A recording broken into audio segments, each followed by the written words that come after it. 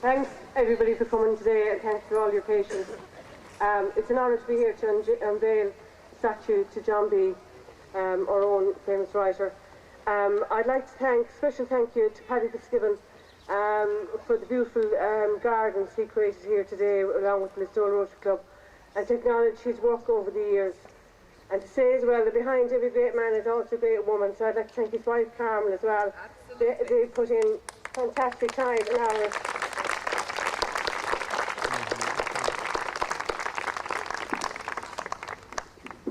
And I'm delighted that there are so many here this evening, because this is another, I suppose, milestone in the history of the whole Listowel and North Kerry cultural movement.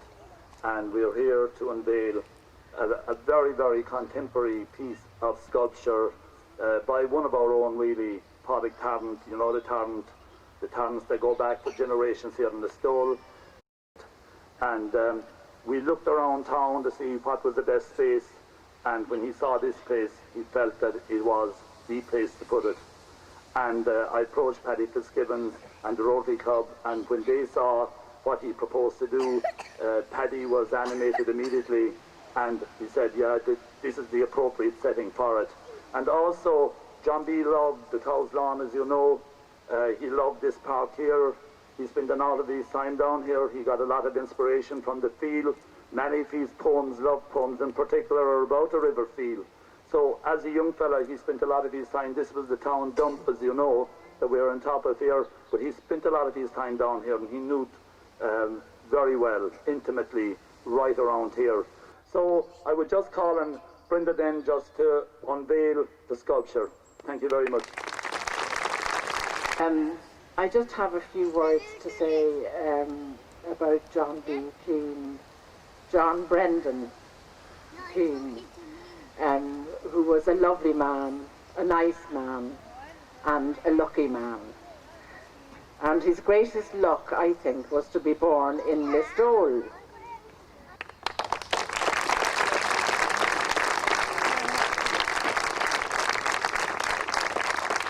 Okay, 1, 2, 3.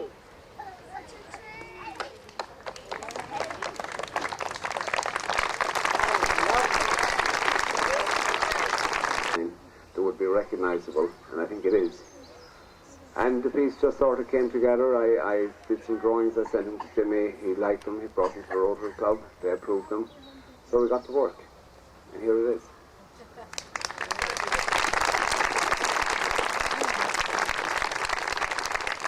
On behalf of all the Keanes and all belonging to us and our friends, we are all honoured, humbled and flattered to be here today to celebrate the memory of our late great father, John B. Keane. That the frost may never afflict your spuds, that your cabbages may always be free from worms, that the crow might never pick your stack, that your she-goat might never dread the poke, and should you by good fortune come into the possession of a female donkey, may she be in foal, calefacted by the monks of Ballybunion, who eventually succumbed to their own produce. Thank you. Father, of the Son, and of the Holy Spirit, amen. Our Father in heaven, we thank you today for your goodness to us, for all that you enable us to do, to support one another and enhance and enrich our lives.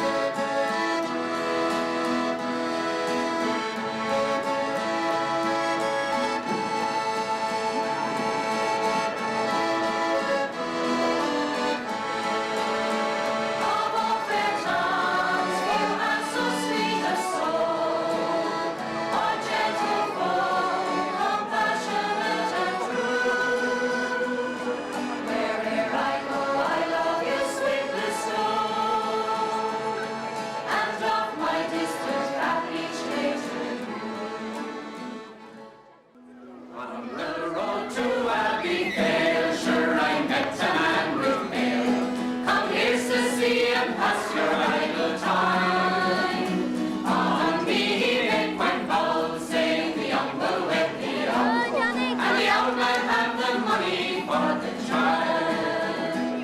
Oh, Mike Lavin, you're the man, you was always in the land, with an open door to old man and our soon. They white snuff be at your waist, baker's bread and curly cake, and plenty on your table late soon.